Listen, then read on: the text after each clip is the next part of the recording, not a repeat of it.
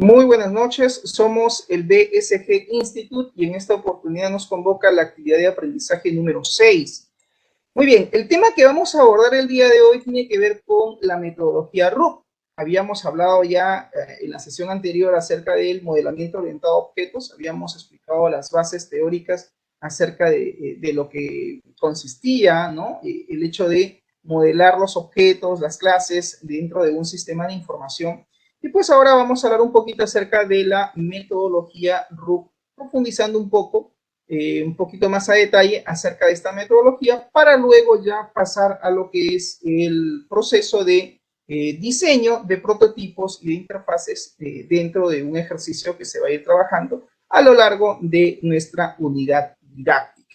Lleva por nombre, ¿no? Implementación de interfaces de usuario. Muy bien, ¿qué es lo que buscamos con esta sesión de clases? Pues buscamos que ustedes puedan reconocer cuáles son las fases, ¿no?, de la metodología RUP para lo que es, pues, el modelado y el diseño de un sistema de información.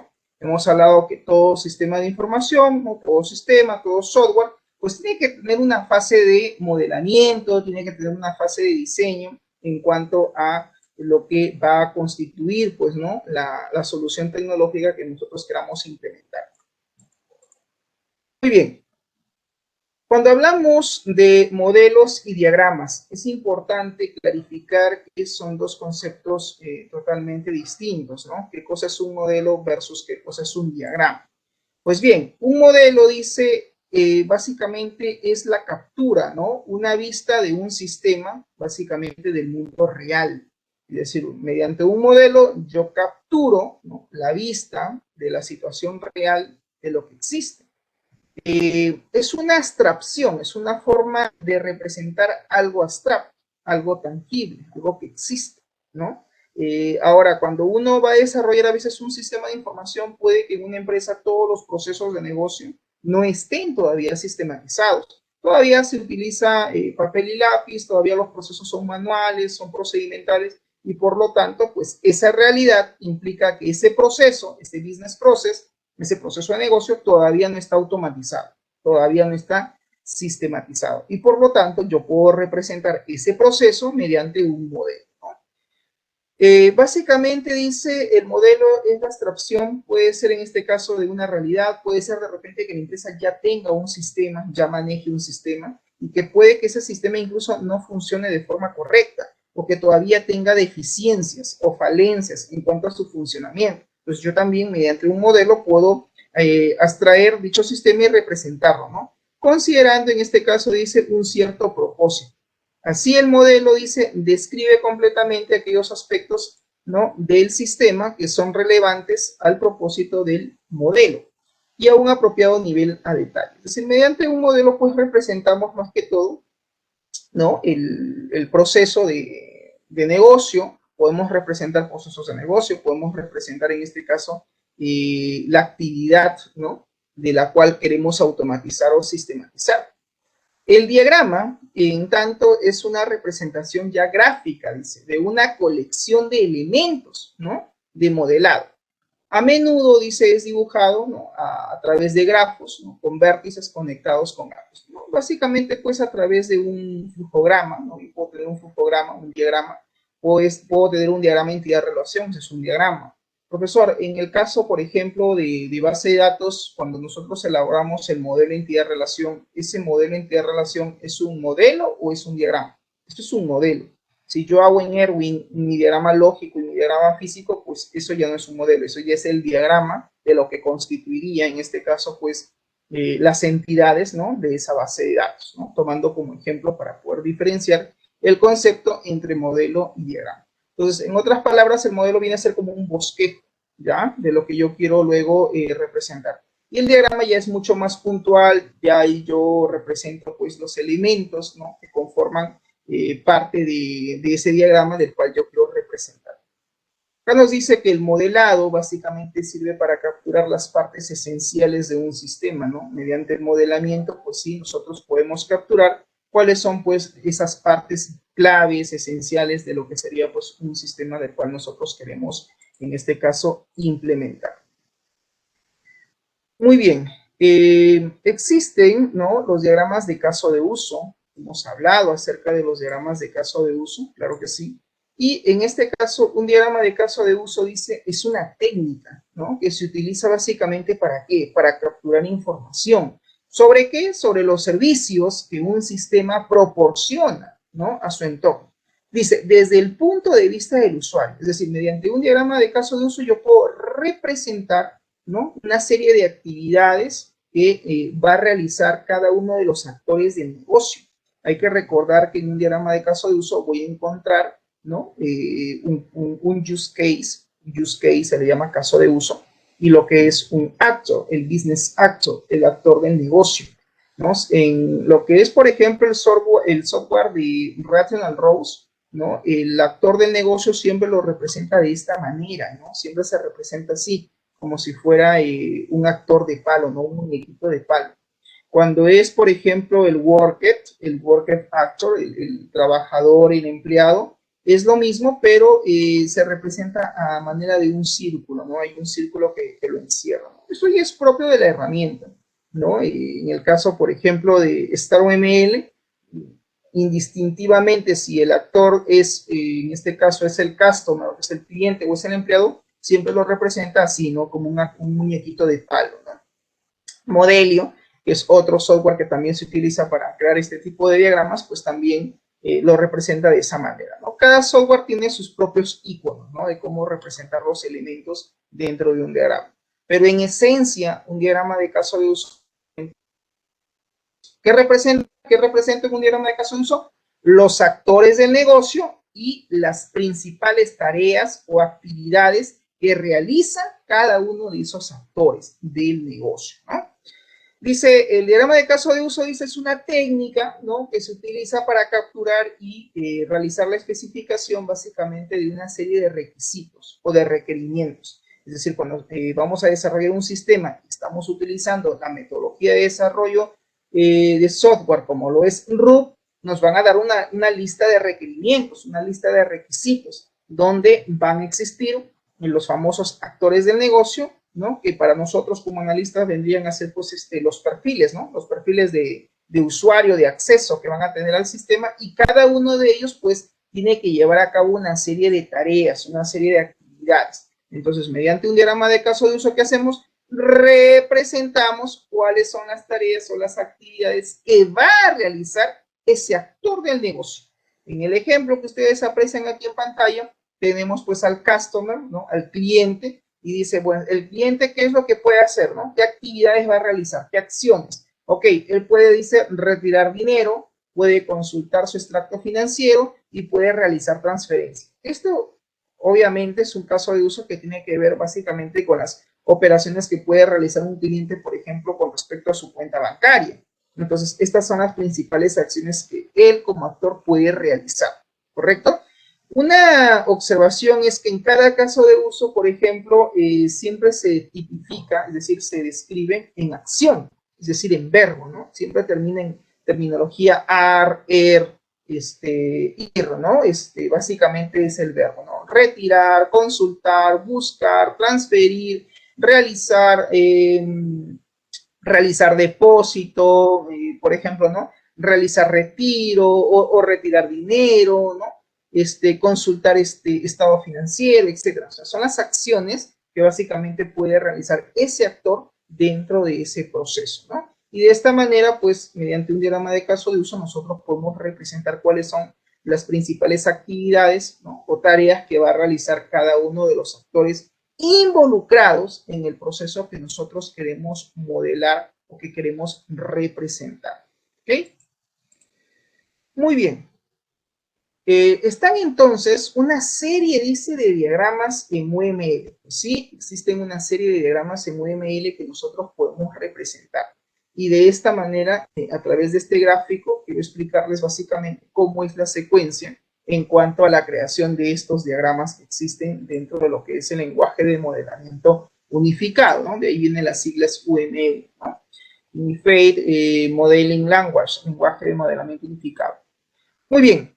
Se dice que cuando vamos a aplicar la metodología RUP, nosotros debemos empezar primero por la creación de un diagrama de caso de uso, porque mediante un diagrama de caso de uso yo puedo representar, ¿no?, básicamente quiénes son los actores que participan en ese proceso que yo voy a sistematizar, y puedo representar también las principales tareas o actividades que va a realizar cada uno de esos actores. Muy bien. Una vez que tú elaboras tu diagrama de caso de uso, dice, puedes tranquilamente pasar a elaborar lo que se llama el diagrama de clases. En el diagrama de clases, vimos la clase anterior, de que nosotros podemos representar los diversos objetos, ¿no?, las diversas clases que van a conformar, en este caso, el sistema, ¿no? Yo puedo tener, por ejemplo, en un sistema de ventas, puedo tener como clase la clase cliente, la clase empleado, la clase pedido, la clase facturación, o en todo caso puedo tener la clase factura, la clase boleta, ¿no? También puedo tener, por ejemplo, dentro de ese proceso de ventas, la clase pago, ¿no?, para registrar los pagos. Es decir, todos los objetos que van a intervenir en ese proceso de sistematización, ¿no?, dentro de ese sistema. Pero para eso, pues primero tenemos que analizar, ¿no?, el proceso de negocio, representarlo a través de su diagrama de caso de uso para representar los actores del negocio, las actividades o tareas que realiza cada uno de ellos, y una vez elaborado nuestro diagrama de caso de uso, pues ya podemos pasar a desarrollar, ¿no?, a representar nuestro diagrama de clases. Profesor, una vez que uno realiza su diagrama de caso de uso, y ya yo puedo entonces hacer mi diagrama de clases. Sí, es correcto. Adicionalmente, del diagrama de caso de uso, también tú puedes, con el mismo diagrama de caso de uso, representar o crear tu diagrama de secuencia, ¿no? El diagrama de secuencia, pues, tú ahí representas, ¿no?, el actor con quien se relaciona con respecto a las clases que has identificado para tu sistema, ¿no? Cuál es la interacción que va a tener entre el actor y cada una de esas clases. El diagrama de colaboración, cuando se utilizaba Rational Rows, recuerdo que esto se genera automáticamente. Tú creabas el diagrama de secuencia, pulsabas la tecla F5 y automáticamente podías tú generar el diagrama de colaboración, ¿no? El diagrama de colaboración generalmente se autogeneraba de forma automática. Tú basta que realizabas el diagrama de secuencia y por defecto se generaba el diagrama de colaboración. Muy bien, con un diagrama de caso de uso tú también puedes hacer en paralelo a la creación de tu diagrama de clases, a la creación de tu diagrama de secuencia, también tú puedes crear tu diagrama de actividades. El diagrama de actividades básicamente es el flucograma donde tú ahí básicamente representas, ¿no?, cuál es la secuencia de cada uno de los actores que intervienen en ese proceso y qué actividades o qué tareas van a realizar o a ejecutar cada uno de ellos, pero de una forma mucho más secuencial, mucho más específica. Con el diagrama de clases, una vez creado, pues tú puedes generar lo que se llama también el diagrama de estados. Para crear el diagrama de componentes o crear el diagrama de despliegue, tienes que haber creado previamente el diagrama de clases. Si tú no creas el diagrama de clases, es muy difícil poder identificar cuáles son los componentes de tu sistema, cuáles son, en este caso, los elementos que van a conformar ese diagrama. Al final, cada uno de estos diagramas aporta a lo que es el modelamiento y diseño de un sistema de información. Quizás aquí la pregunta que puedan ustedes hacerse es, profesor, si yo quiero elaborar un sistema informático y quiero aplicar la metodología RUP, ¿tengo que necesariamente hacer todos y cada uno de estos diagramas? La respuesta es no necesariamente tendrías que elaborar todos y cada uno de estos diagramas. Lo ideal, que es distinto a lo real, lo ideal es que sí, que tengas toda la diagramación del sistema, sería lo ideal. Pero si es que estamos contra el tiempo y tenemos que ir avanzando o generando entregas, ¿no?, del sistema, generar pequeños entregables al cliente para que él vaya viendo la funcionalidad de la página web o la funcionalidad de los formularios de escritorio que estamos programando, tranquilamente tú puedes hacer tu sistema solamente haciendo tu diagrama de caso de uso, tu diagrama de clases y tu diagrama de actividades. Esto es, digamos, la base para poder implementar todo un sistema si es que deseas aplicar la metodología RUP. Es decir, teniendo tu diagrama de caso de usos, teniendo adecuadamente revisado, chequeado, sin errores, tu diagrama de clases y tu diagrama de actividades, con esos 3 diagramas es la base para que tú ya puedas empezar a hacer toda la sistematización o codificación de dicho sistema.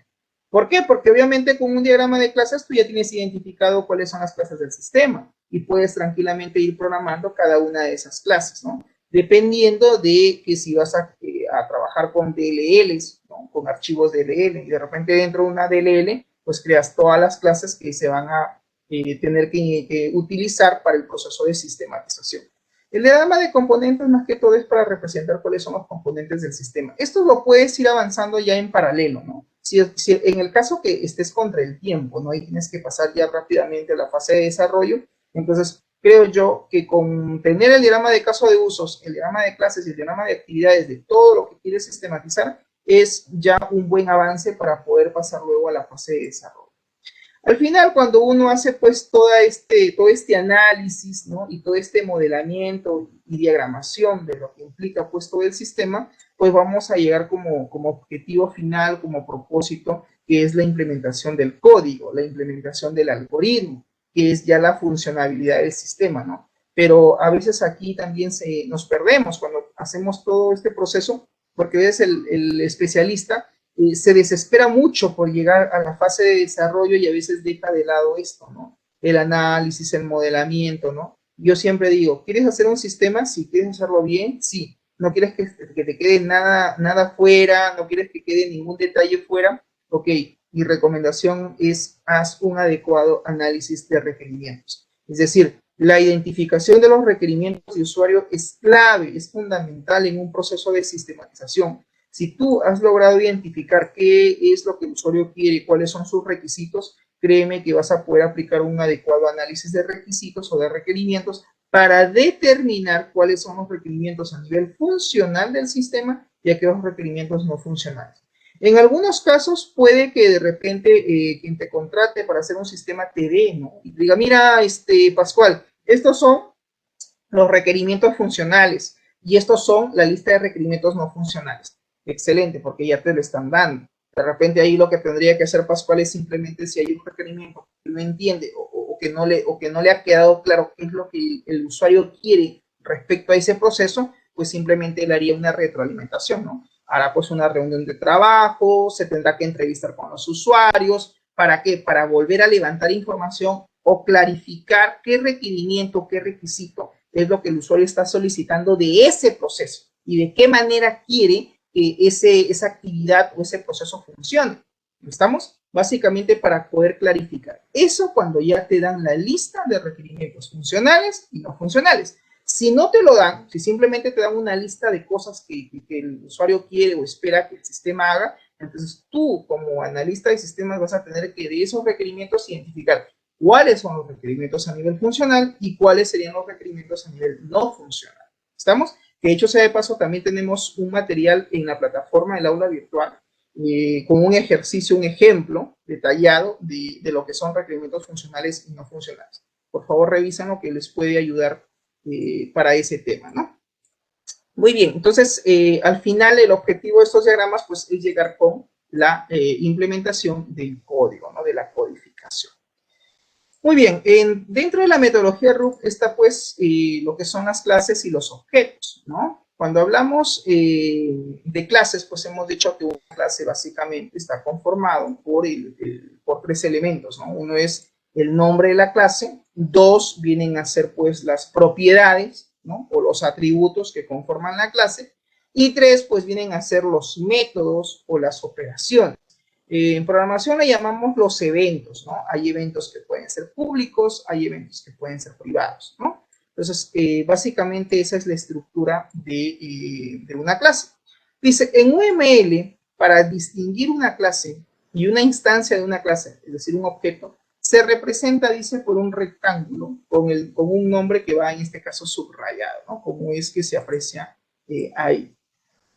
Básicamente dice el objeto, ¿no? Porque la clase al final es un objeto, se constituye, dice, primero por la identidad, es decir, por su nombre. Dos, tiene que también especificarse el estado y el comportamiento. O sea, el objeto está conformado por tres elementos: identidad, más estado y más comportamiento. El estado, dice, está representado por los valores de los atributos, los cuales tienen una visibilidad.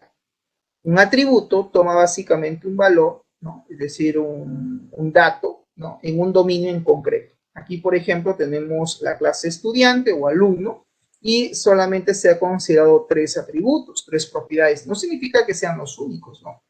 Podrían haber más atributos. En el ejemplo solamente se han constituido 3, ¿no? El DNI, número de expediente, nombre. Y acá hay un detalle, que cada atributo, cada propiedad, pues tiene un tipo de dato, ¿no? Que si es char, es varchar, es entero, ¿no? Es numérico, etc.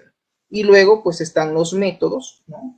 O eventos que vamos a tener que implementar para dicha clase, ¿no? Entonces, eso es importante, profesor, en un diagrama de clases, identificar justamente las propiedades y los eventos que se van a tener que programar para dicha clase. Sí, dentro del proceso de análisis y modelamiento, diseño, análisis y diseño, es importante identificar eso, porque con esto el programador, ¿no? El desarrollador se guía y dice, ajá, ¿qué clases tengo que crear? Ah, ya, tengo 4 clases. ¿Cuáles son las propiedades que tengo que implementar? Ah, ok, son estas propiedades. Ah, tengo que también establecer lo que es el get, el set, ¿no? Para cada propiedad. Ah, y estos son los métodos o los eventos que tengo que programar o que codificar. Entonces, el desarrollador lo va a identificar claramente si es que le entregamos el diagrama de clases y le decimos, mira, estas son las clases que van a conformar el sistema. Entonces, de esa manera, él va a tener claro qué cosa es lo que va a desarrollar.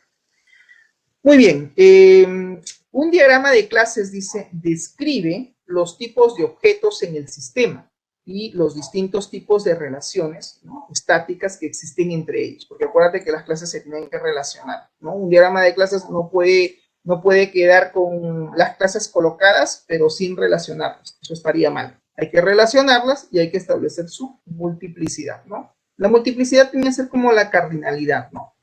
Básicamente eso también lo explicamos ayer. Muy bien, ¿existen 4 tipos de relaciones dentro de las clases? Sí. Está básicamente la asociación, está la generalización o especialización, está también lo que es la relación de agregación o composición y la relación de dependencia, ¿no? Esto básicamente es para tener claro qué tipo de relación es la que vamos a establecer entre las clases que vamos a representar. Ya eso es importante que lo tengamos en claro. ¿A qué se refiere, profesor, cuando hablamos de una relación de asociación? Muy bien, aquí tenemos 2 clases, ¿no? Está la clase de profesor y está la clase de departamento. Entonces, entre ambos hay una relación que es de tipo asociación. Y lo que vemos en la parte inferior viene a ser, pues, la multiplicidad, ¿no? Es decir, qué tantas veces indica, ¿no? Un elemento sobre otra clase, ¿no? Por ejemplo, dice, ¿no? Un departamento, partiendo de la unidad, dice un departamento, es dirigido generalmente, ¿no? Por un director, ¿no? O en este caso, o profesor, ¿no? Porque este labora en un determinado departamento, ¿no? Un profesor labora para un departamento. Acá tenemos otro ejemplo donde está pues la empresa, está la clase empleado y está la clase cargo. Entonces aquí, por ejemplo, tenemos empresa, empleado y cargo. La empresa, en este caso, pues obviamente contrata empleados, ¿no? Y cada empleado pues tiene un cargo. Aquí lo han representado de esta manera, ¿no? Dice la empresa, pues contiene los empleados, ¿no? Pero entre empresa y empleado han creado, por ejemplo, la clase cargo, que han hecho una relación intermedia, ¿no? Entre ambos. Bueno, así lo han representado, donde el cargo, al parecer, va a almacenar, ¿no? Los atributos como es el nombre del cargo, el sueldo que va a tener, y en este caso también han hecho una relación, pero sobre la misma clase, ¿no? Lo han representado así. Es una forma. Yo en realidad hubiera hecho es representado directamente la relación entre empleado y cargo, pero al parecer aquí lo han querido expresar de esa manera. Permite, dice entonces la asociación, asociar, valga la redundancia, objetos. La asociación, dice, se representa mediante una línea que une pues a las clases, ¿no? De esa manera, ¿no? De ambos lados tiene que establecerse la relación.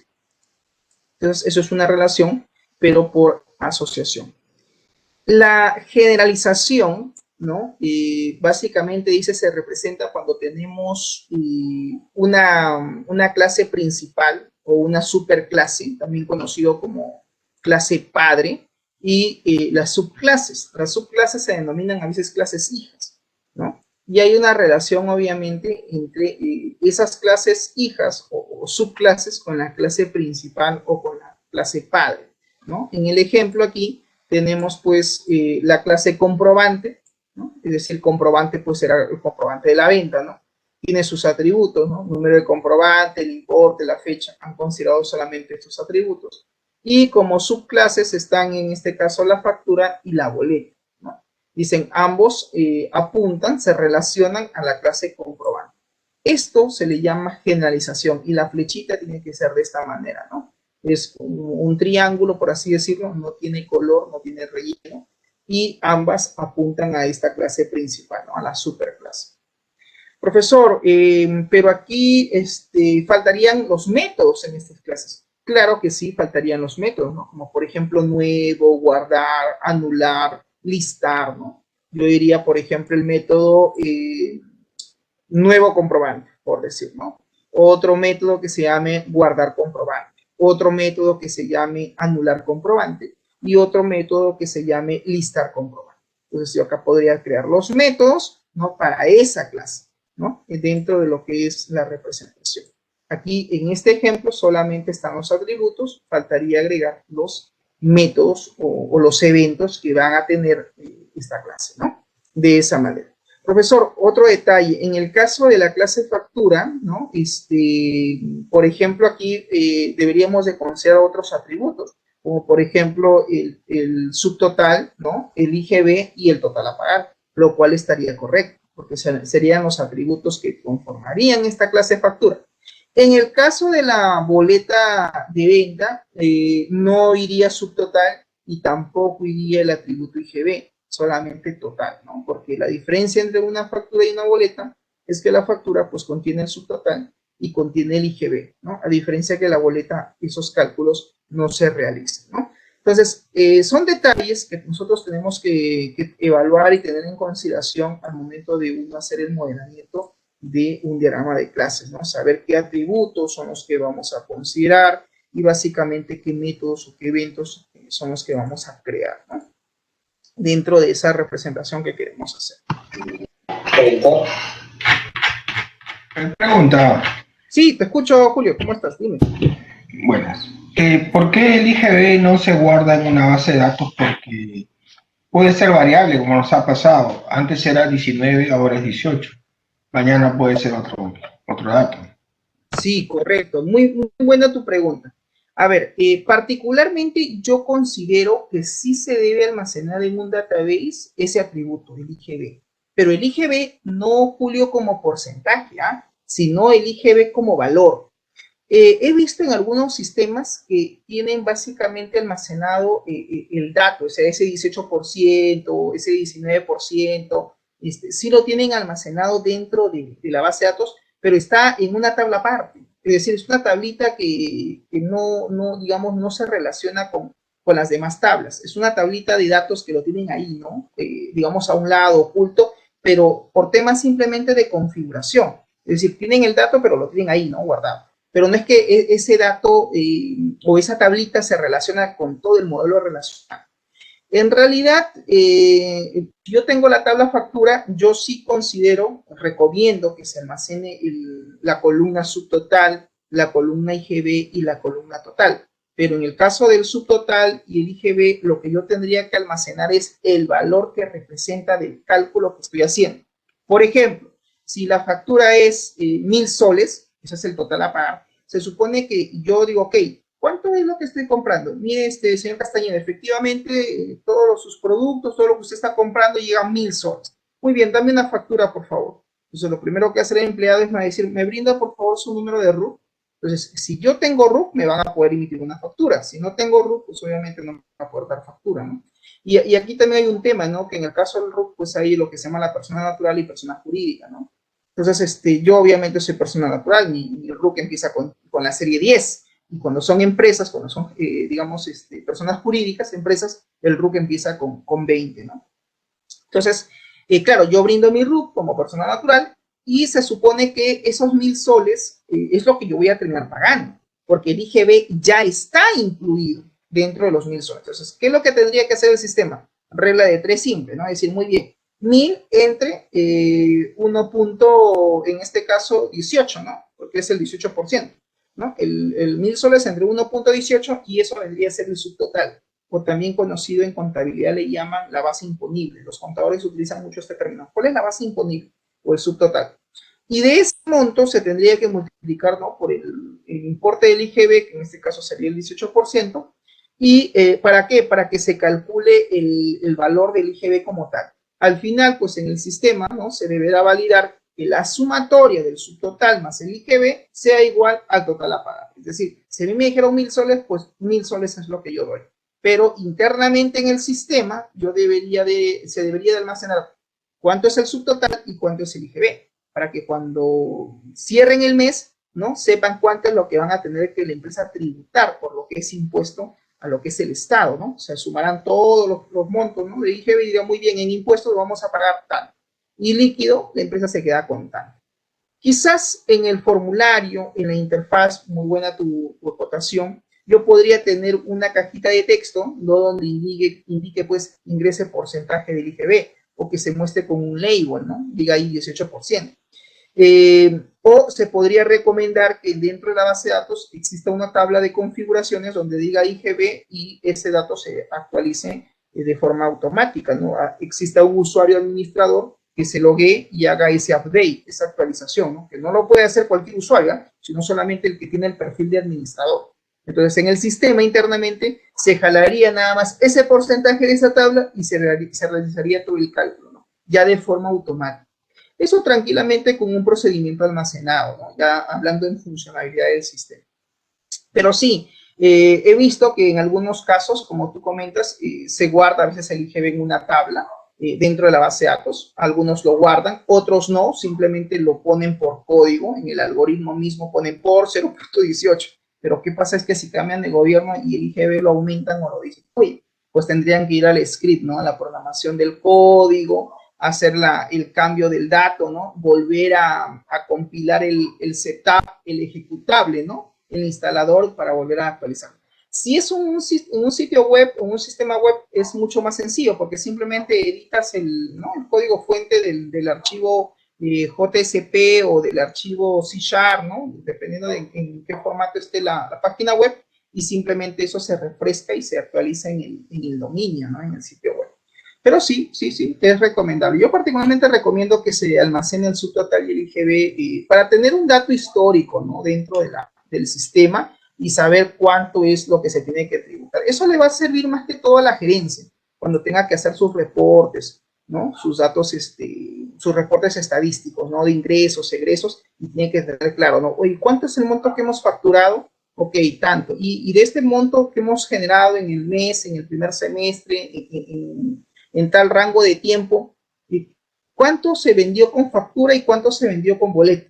Eso es importante, es clave que la gerencia sepa, ¿no? Diga, mira, de estos, por decir 10.000 soles, básicamente 5.000 han sido ventas que se han generado con el comprobante boleta de pago, y la diferencia se ha hecho con factura, ¿no? Y tengan claro, ¿no?, el subtotal, el IGB, todo eso esté dentro de la base de datos. Sí, se puede también, se recomienda, en realidad se recomienda que se almacene el dato del subtotal y el IGB.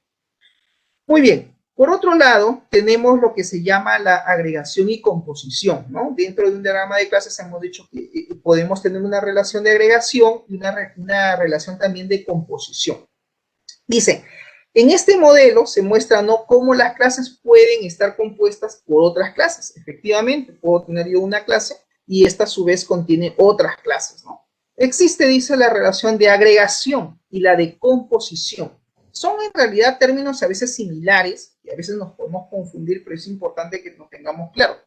En lo que es básicamente, por ejemplo, en los modelos entidad-relación son similares ese concepto de agregación y composición. Ustedes recordarán seguramente en su curso de base de datos, han tocado estos conceptos.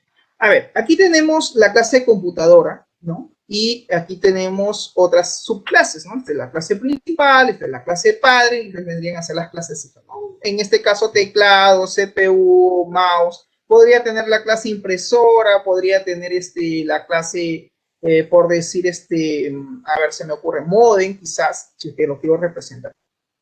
Pero esto, profesor, como usted lo está representando en el ejemplo, ¿no? Es como un rombo, pero no está pintado, no está de color. ¿Por qué? Porque esto representa una agregación.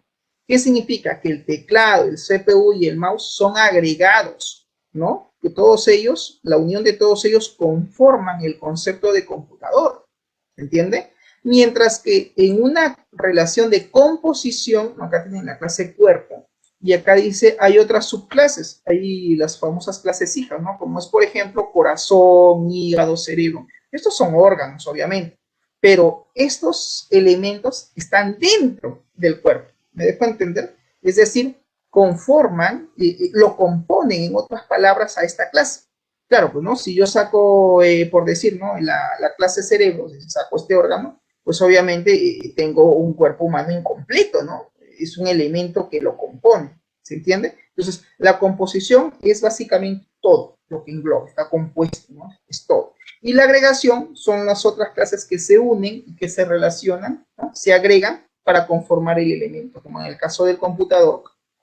Claro está, estas clases son elementos que son agregados, ¿no? Que van a conformar, van a dar la definición del concepto de lo que es el computador, una serie de elementos. Si yo a estas clases le quito la clase CPU, pues yo no tengo computador. Ya perdió la razón de ser, ¿no? Solamente tendría teclado y mouse. Y pues eso, este computador no lo tendría completo porque me falta esa clase.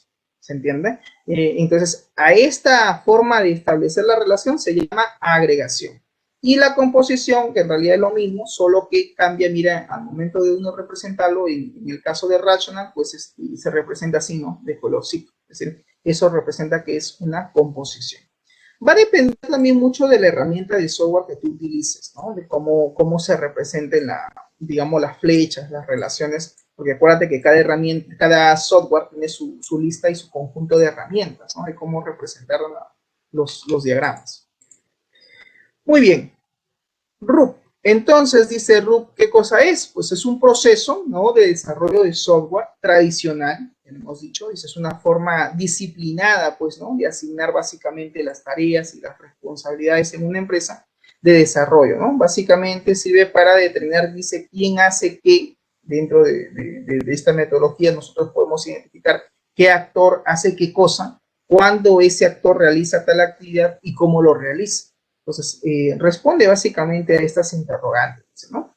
El objetivo es asegurar, dice, la producción del sistema, del software, que sea de calidad y que esté dentro de los plazos que se han pactado, dentro de los plazos establecidos. Y esto lleva, pues, a un concepto importante, ¿no? Cuando uno hace un sistema, pues, básicamente, uno tiene que cumplir con ciertos plazos, ¿no? Te dicen, mira, queremos el sistema máximo en 90 días, es decir, lo quieren a 3 meses.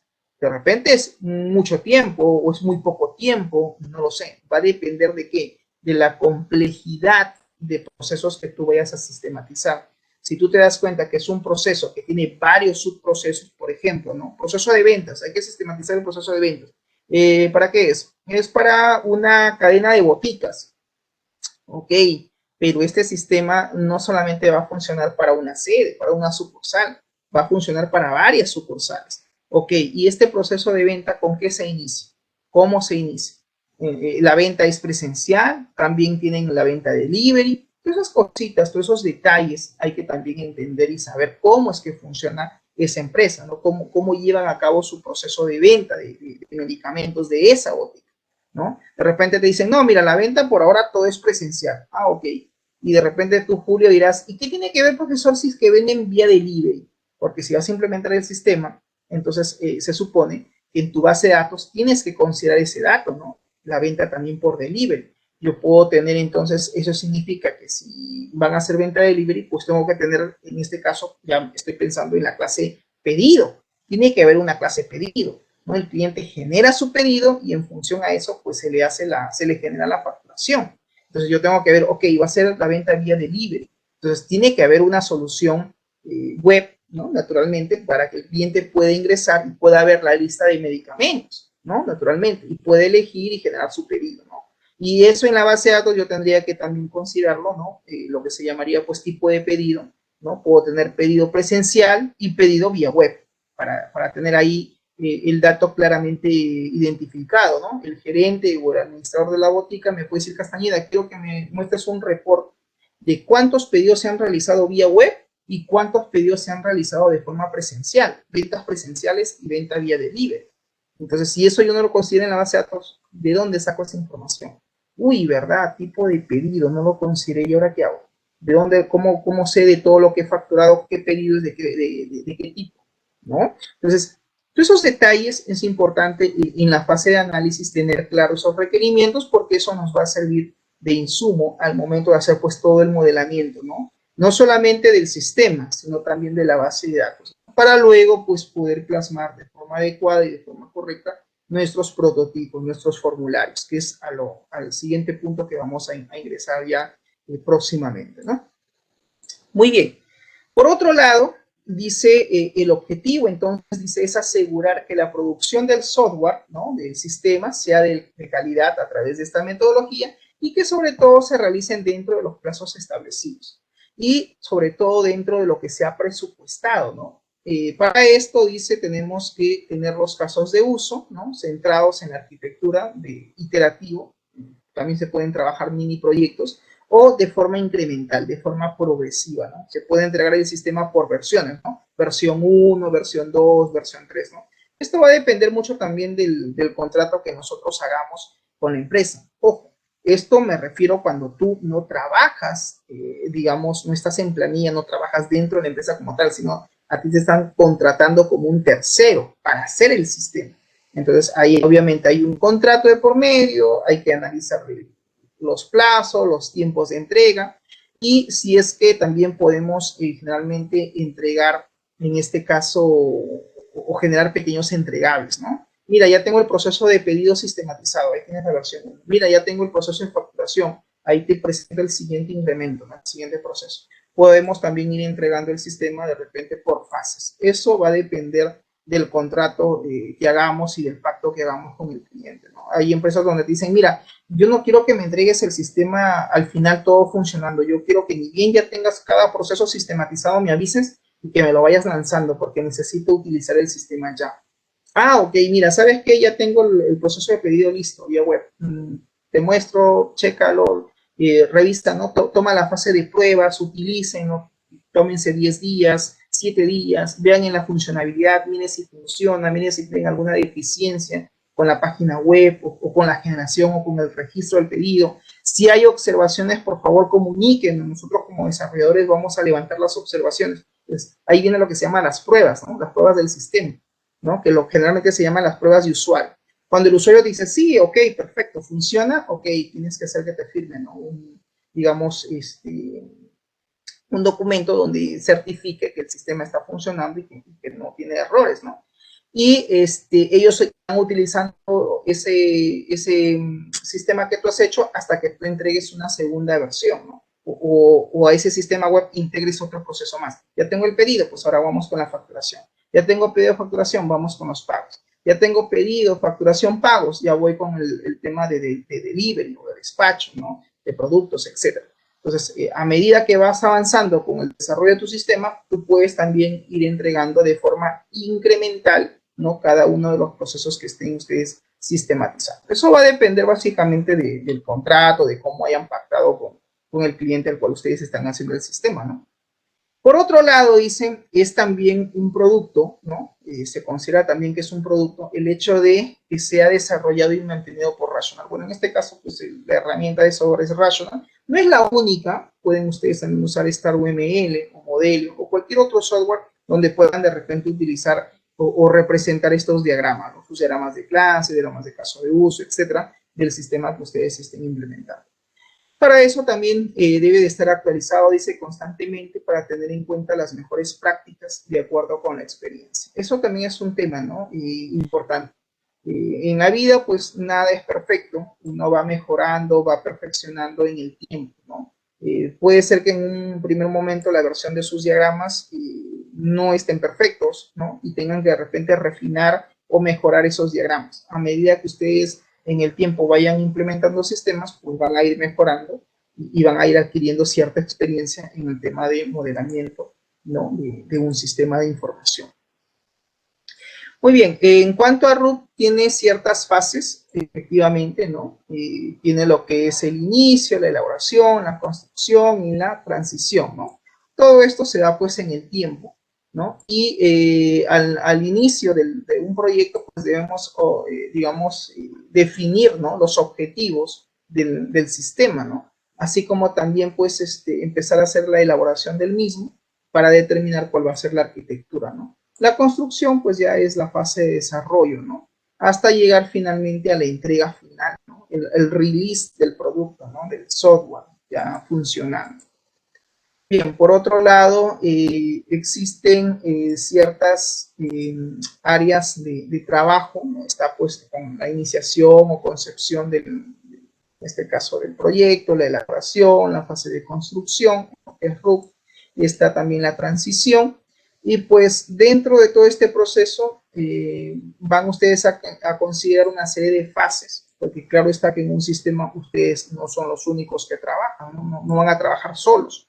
En un sistema real, en un proyecto real, no es de que, ok, Diana, tú te vas a encargar de hacer todo, Diana, ya análisis de requerimientos, vas a diseñar el sistema, vas a programar, vas a hacer la base de datos. Entonces, así, en un sistema real, pues van a encontrar un staff de profesionales, ¿no? Realmente están, pues, los desarrolladores, está el analista, está el DBA, ¿no? El Database Administrator, está el gestor del proyecto, ¿no? El jefe del proyecto. Entonces, hay todo un staff de especialistas y cada uno de ellos, pues, también tiene sus funciones, ¿no? Sus responsabilidades. Y a medida que ustedes tengan, digamos, cierta experiencia, se van a tener que desarrollar dentro de lo que ustedes se han especializado, ¿no? Entonces, una primera etapa, dice, es identificar efectivamente, ¿no? Los requerimientos, los requisitos del usuario. Luego deben de pasar pues a la fase de análisis, ¿no? Analizar si los requerimientos solicitados por el cliente están completos o son los correctos, son los adecuados, ¿no? Para luego pues proceder a lo que es ya el diseño del sistema, utilizando, claro está, pues una metodología.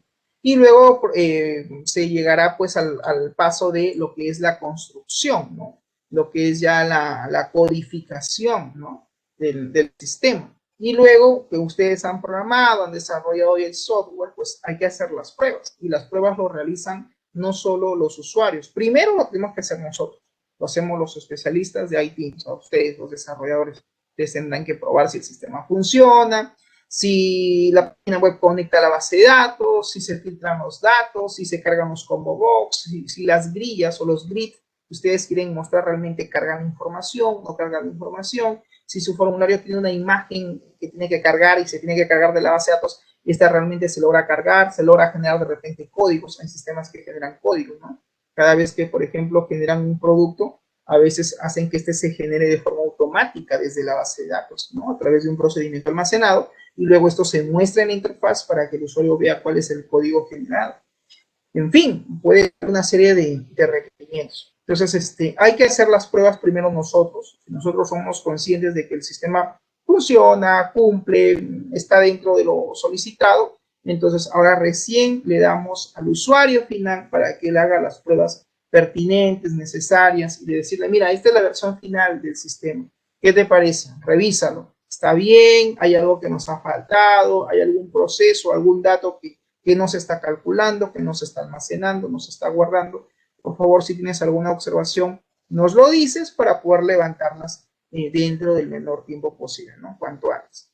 Y una vez que el usuario te dé el visto bueno, te dé el checklist, dice, sí, es correcto, el sistema funciona, las pruebas son pertinentes, ahí recién pasamos a hacer ya la distribución, ¿no? Si es un software de escritorio, pues tienen que generar el famoso setup, ¿no? Los instaladores, el instalador del sistema, para luego proceder a hacer su instalación en los diversos computadores o diversos equipos que tenga la empresa para lo que es el funcionamiento del mismo. Si es, profesor, un sitio web, una página web, pues es mucho más sencillo porque simplemente cuelgas las páginas web dentro del hosting, dentro del dominio, y simplemente mediante la URL los usuarios acceden y listo, empiezan a utilizar el sistema, ¿no? El sistema web en este caso. Entonces, hay una serie de pasos, ¿no? De procesos, de fases que hay que considerar dentro del área de trabajo al uso de esta metodología, ¿no? Entonces, primero en la concepción están los requerimientos, en la elaboración dice también se deben de considerar los requerimientos en esa fase, ¿no? Es importante según la gráfica. El análisis y diseño se debe de considerar en la segunda fase, en la elaboración es AD, análisis y diseño, es lo más, digamos, preponderante dentro de ese proceso. En la construcción ya es el desarrollo, parte de la elaboración y abarca todo lo que es el desarrollo, la construcción del software. Las pruebas se pueden hacer desde la segunda fase, desde la elaboración, inclusive se puede seguir probando dentro del desarrollo o construcción del mismo sistema, podemos hacer las pruebas también del caso. Y finalmente la etapa de distribución se da ya casi en la última fase, ¿no? En la transición, cuando ya salimos de la fase de desarrollo a la fase ya de implementación, de entrega del sistema, ¿no? Tiene que hacerse las pruebas del caso. Muy bien, en todo ese proceso dice debe haber una iteración. La iteración básicamente es como un bucle, ¿no? Hay que ir interactuando, ¿no? Paso a paso y chequeando que todo funcione, que todo esté dentro de lo planificado y establecido. Todo esto dentro de un periodo de tiempo. Profesor, una pregunta. ¿Quién fija el periodo de tiempo en un proyecto? Puede ser una pregunta que de repente ustedes tengan. Es relativo. Esto va a depender. A veces el tiempo lo fija el cliente, ¿no? A veces el cliente dice, mira, yo quiero el sistema en 60 días. Y ustedes dicen, no, 60 días es muy poco tiempo, no lo hacemos en 60 días. Mira, mínimo 3 meses, ¿no? 90 días. O mira, lo que tú quieres es muy complejo, porque tú no estás pidiendo un software de escritorio, tú me estás pidiendo un sistema multiplataforma. Un sistema multiplataforma, profesor, ¿qué es eso? Que te están pidiendo un software de escritorio, te están pidiendo un módulo que funcione vía web y también te pueden estar pidiendo una app móvil o una aplicación móvil. Entonces estás hablando de 3 soluciones que apuntan, los 3 en conjunto, conforman todo un sistema. Entonces, en ese caso se le llama sistema multiplataforma o una aplicación multiplataforma, porque son varias plataformas las que hay que desarrollar. No solamente es una solución web, sino de repente te han pedido una parte del módulo del sistema que funcione vía escritorio, otro módulo que funcione vía web y otro módulo que funcione mediante una app móvil. Entonces, obviamente el tiempo de repente de 2 meses es corto o 3 meses es corto. Entonces tú puedes pedir, ya sabes que como tiempo máximo límite, yo te entrego el sistema en 4 meses, ¿no? Más o menos en 120 días. Lo ideal es que ustedes entreguen el sistema dentro de ese tiempo y no fuera del tiempo. Porque si tú entregas el proyecto fuera de tiempo, pues obviamente ya estás incumpliendo un contrato. Más aún si hay un contrato por escrito. Cuando es un contrato verbal es muy informal, ¿no? Pero realmente cuando son empresas así, digamos, serias, no llegan a acuerdos verbales, ¿no? Siempre te hacen firmar un contrato y hay cláusulas. Y claro, te dan un adelanto, ¿no? De lo que tú estás solicitando por el sistema. Entonces, de repente ahí Diana, o de repente ahí Pascual, o Julio dirán, profesor, eso significa que yo tengo que hacer un estudio de factibilidad o viabilidad del proyecto. Sí, porque obviamente tú tienes que estipular cuánto vas a cobrar por el desarrollo del sistema, qué equipos, ¿no? ¿Qué herramientas TICs, qué herramientas de hardware necesita que de repente la empresa adquiera, o licencias de software, o de repente la empresa va a montar todo a un tercero, ¿no? Un hosting. Hay una empresa, hay un tercero que se va a encargar de la publicación del sitio web, de la base de datos, etcétera. Pero eso también representa un costo, ¿no? Y la empresa tiene que saber cuánto es lo que va a invertir a nivel técnico, ¿no? A nivel de herramientas TICs, a nivel de software, a nivel de licencias, de hardware o de equipos, etcétera, y a nivel de costo de desarrollo, ¿no? ¿Cuánto finalmente va a costar tu mano de obra, ¿no? ¿Cuánto le vas a cobrar para hacer ese sistema? 10,000, 12,000 soles, 10,000 soles, 8,000, 9,000, 7,000, no sé. Eso va a depender de la complejidad de procesos que vayas a tener tú que sistematizar, ¿no? Y obviamente cuando hay un contrato de esa naturaleza, pues te dan un adelanto, ¿no? Generalmente siempre es el 20% del total que tú cobras, te dan un adelanto. Hasta el 30% te pueden dar en el mejor de los casos, ¿ah? Es un porcentaje. Y claro, la diferencia, el 70%, te lo van a entregar cuando tú entregues ya la solución final, oficial del sistema. Pero claro, dentro de los plazos establecidos. Si tú lo haces fuera del tiempo, pues puedes correr el riesgo que la empresa diga, mira, ¿sabes qué? ¿Cuánto te debo? 7.000 soles, ¿no? Porque tú me estabas cobrando 10.000, ¿no es cierto? Yo te he dado el 30%, te he dado 3.000 soles de adelanto, te quedo restando 7.000. Pero mira, hemos quedado que tú tenías que entregar el sistema, no sé, se me ocurre, vamos a suponer, el 16 de febrero del 2021 y ya estamos casi a finalizar el mes de febrero. Entonces me estás entregando recién hoy 27, 26, mira, estás con un retraso de 10 días, ¿no? Entonces, si el gerente quiere, te paga la diferencia. Si no, simplemente te dice incumplimiento de contrato. Mira, no te voy a pagar los 7.000, te voy a dar, no sé, 4.000 soles. Y dirás, no, pero son 3.000 menos, ¿no? Bueno, toma la vía que tú consideres, ¿no? Vamos a la vía judicial. Y créeme que no te va a convenir, ¿no? Por un monto tan pequeño ir a juicio por 3.000 soles. Créeme que vas más vas a gastar tiempo y dinero en hacer un proceso ¿no? de litigio, ¿no? De esa naturaleza. Entonces, lo ideal es que cuando tú tengas que hacer un proyecto, considere el tiempo y evalúa un concepto importante que se llama holgura de tiempo, ¿no? Siempre consideren también ese detalle, ¿no? Un tiempo adicional frente a un proyecto de esa naturaleza, ¿no? Un tiempo adicional. Si tú ves que lo haces en 90 días, ponle 20 días más, 15 días más, porque tú no sabes qué situaciones adversas puedes pasar en todo ese proceso, ¿no? En ese tiempo que has pactado y puede que no cumplas con los plazos que se te ha solicitado, ¿no? Entonces hay que manejar eso también. Muy bien, ¿existen fases del RUP? Sí, dice, son básicamente 4 las fases que se divide lo que es el ciclo de vida de un proyecto bajo la metodología de desarrollo RUP. Está pues el inicio, ¿no? La primera fase, 2, la fase de elaboración, 3, la fase de construcción y 4, la fase de transición. La fase de inicio, dice, es la fase de la idea, ¿no? De la visión inicial del producto, ¿no? Su alcance. Es básicamente, dice, el esbozo de una arquitectura posible. Ojo, aquí estamos hablando de una arquitectura posible, tentativa, ¿no? Y las primeras estimaciones que nosotros vamos a hacer. Y esto finalmente, pues, concluye, ¿no? Concluye con el hito del objetivo, es decir, concluye con la elaboración del objetivo que nosotros vamos a plantear. En la fase de elaboración comprende básicamente la planificación de las actividades y del equipo, ¿no? Necesario, la especificación de las necesidades y el diseño también de la arquitectura. Esto termina pues con el hito de arquitectura dentro de la fase de elaboración. La construcción tiene que ver ya con el desarrollo del producto hasta que se encuentra finalmente ya disponible, ¿no? El sistema para la entrega ya final a los usuarios. Esto termina, dice, con el hito del inicio de la capacidad operativa, ¿no? Porque todo sistema tiene que tener una capacidad operativa. Entonces, tenemos que definir eso también.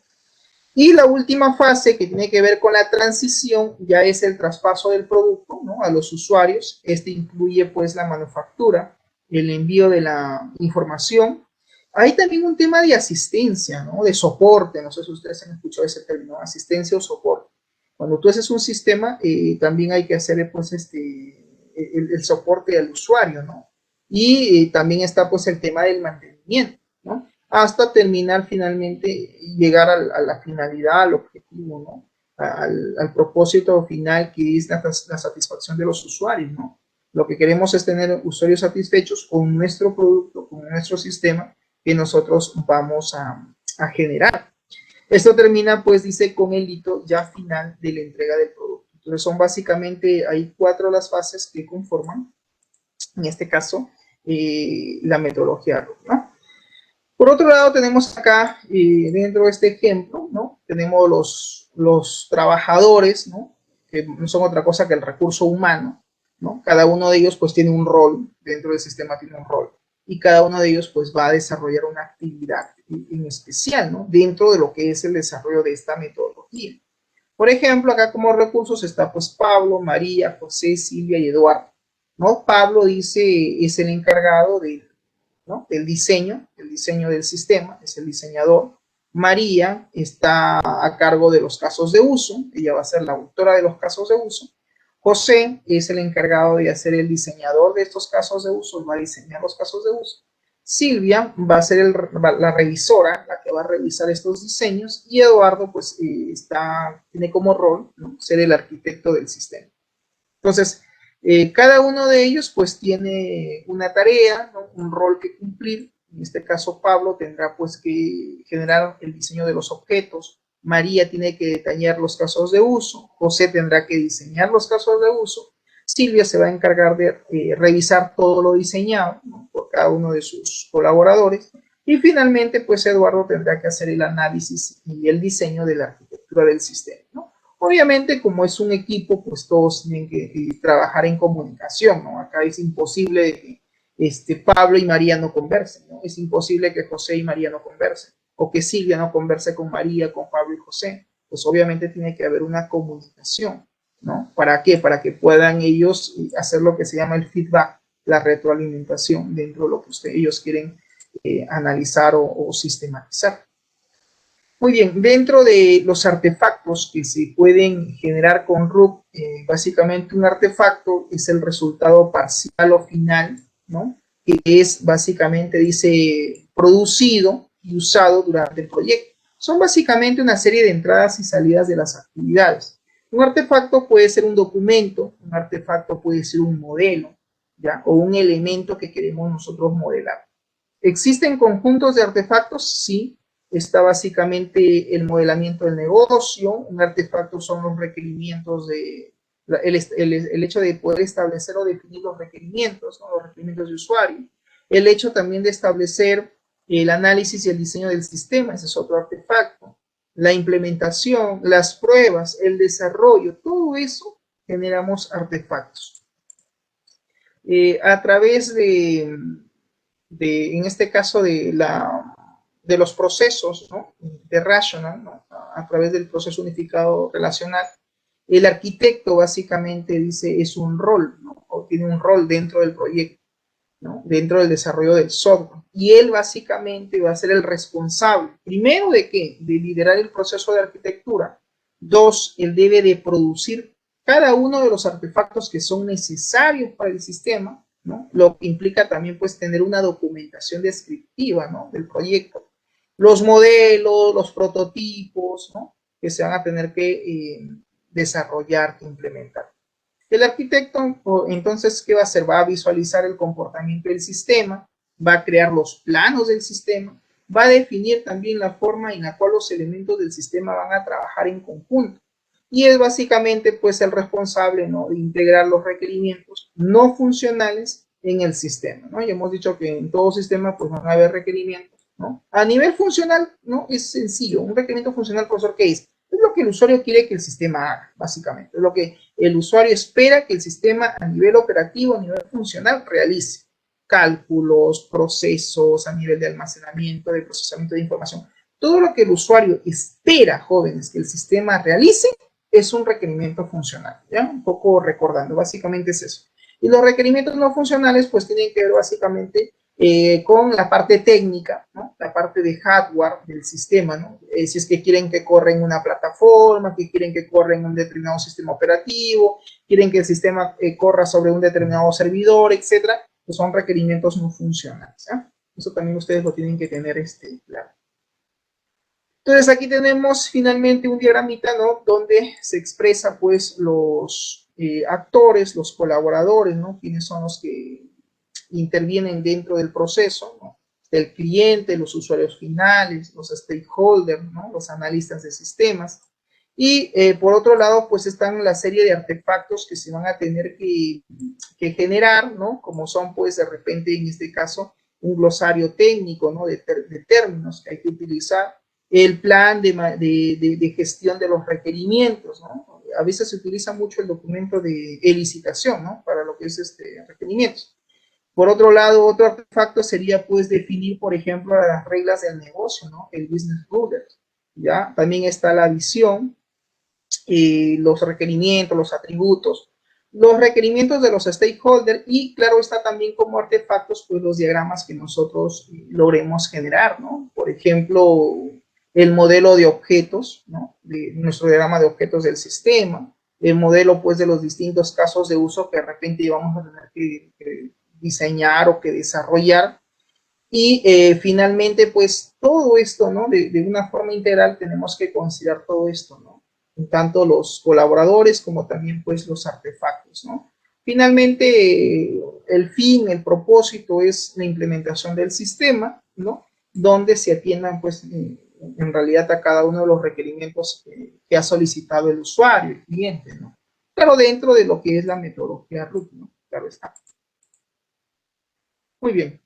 Entonces, en arquitectura y diseño, finalmente podemos decir pues que la arquitectura envuelve pues un conjunto de decisiones, dice, estratégicas, ¿no?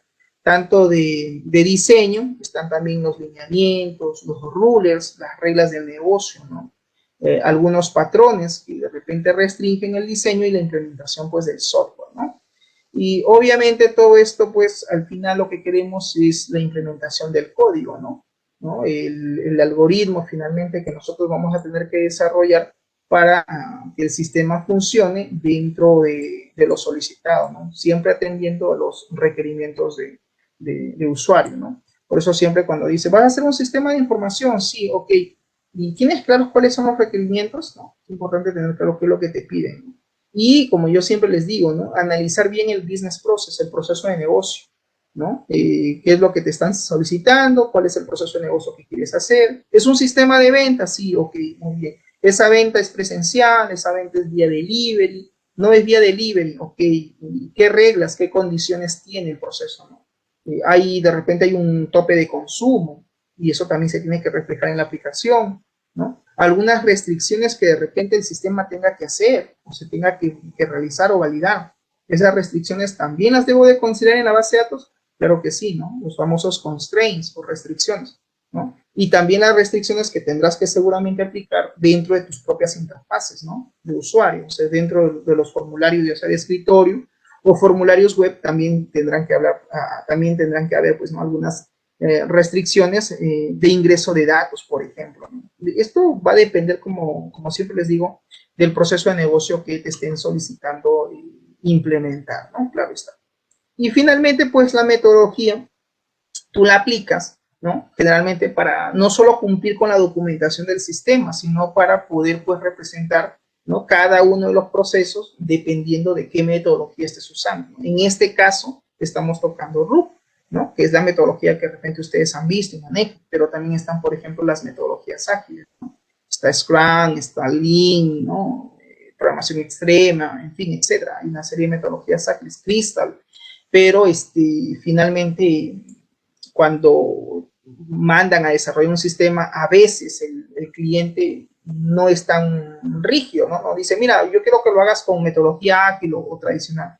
A veces hay clientes que dicen, mira, a mí no me interesa con qué metodología estás tú trabajando el sistema, ¿no? A mí lo que me interesa es que el sistema funcione y que funcione bien y que no se cuelgue, y que no colapse, y que los datos se procesen y que se almacenen, etcétera. Pero si es un cliente que conoce de sistemas, de repente dice, no, mira, sabes que yo sí necesito que todo el sistema, que toda la fase de desarrollo lo hagas con tal metodología, ¿no? Con una metodología ágil, por ejemplo, con Scrum, o que trabajes con Lean, la metodología Lean, ¿no? Que también es una metodología ágil. O te pueden decir, no, mira, trabaja con RUP. Cuando ya te dan una metodología o te establecen la metodología de desarrollo de software, entonces ya pues no hay de otra que simplemente seguir toda esa fase, ¿no? Como se dice, de desarrollo. Entonces, hay casos donde sí te dan cierta libertad, ¿no? Y a veces el cliente dice, no, yo lo que quiero es que el sistema haga tal cosa, ¿no? Te da una lista de requerimientos y de ahí pues ya tú tendrás que analizar, ¿no? Los requerimientos funcionales, no funcionales. Y lo más importante es, creo yo, que es básicamente entender el proceso de negocio, ¿no? Tú quieres sistematizar algo, primero entiende qué es cómo funciona, ¿no? El proceso de negocio, cómo funciona, por dónde inicia, ¿no? ¿Qué datos son los que se tienen que ingresar? ¿Qué datos son los que se procesan? ¿Qué datos son los que se calculan? ¿No? ¿Qué datos son los que se esperan registrar, almacenar en esta nueva solución informática que quiere el cliente que se implemente? Entonces, eso es clave. Si tú logras entender el proceso de negocio, cómo funciona, qué datos interactúan, tienes todo eso claro, entonces ya vas a poder tú canalizar adecuadamente tus requerimientos, definir los requerimientos funcionales, no funcionales del sistema, y luego pues en la fase de diseño dentro de lo que es el ciclo de vida de un sistema de información, pues tendrás que hacer ya pues el diseño del sistema, ¿no? Dependiendo, ¿no? Claro está, de qué metodología de desarrollo de software utilicen, ¿no? Hay sistemas que todavía trabajan con la metodología RUP, que es la metodología tradicional, pero hay pequeños proyectos, pequeños sistemas donde no necesariamente trabajan con RUP, sino lo hacen a veces con una metodología. Entonces, ya dependiendo de qué metodología te soliciten, pues tú básicamente aplicarás, pues, ¿no? La metodología que te soliciten. Básicamente dice los procesos, el proceso debe estar, dice, dirigido por los casos de uso, ¿no? ¿Para qué? Porque lo que se busca básicamente mediante los casos de uso, ¿no? Es que se integre, dice el trabajo, donde pues estén los requisitos, el análisis, el diseño, la implementación y las pruebas, ¿no? Cada una de ellas pues tiene una finalidad, ¿no? En la fase de requisitos dice debemos de capturar, ¿no? Y de definir, sobre todo validar los casos de uso.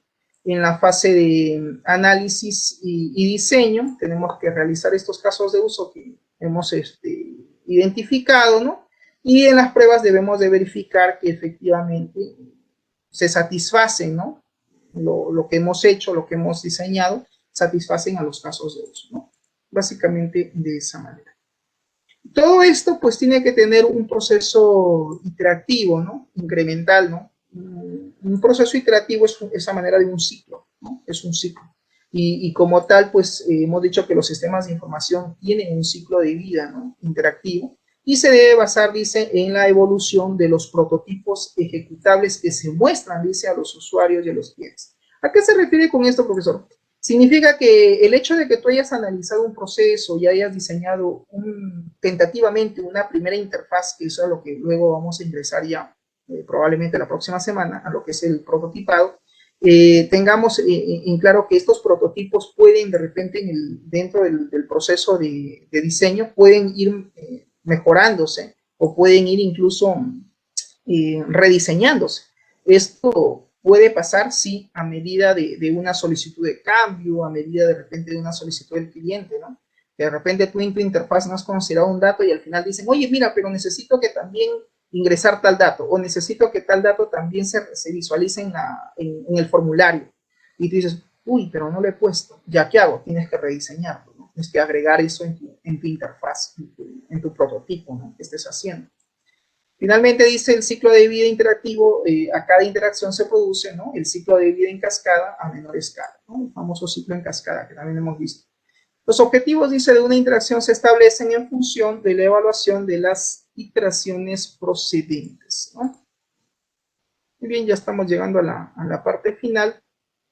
Y este proceso, dice, iterativo incremental, pues tiene que ir siempre, ¿no? Desde el análisis hasta las pruebas que hay que realizar, ¿no? Siguiendo cada una de las fases, ¿no? El análisis, diseño, la codificación, el desarrollo del sistema y las pruebas.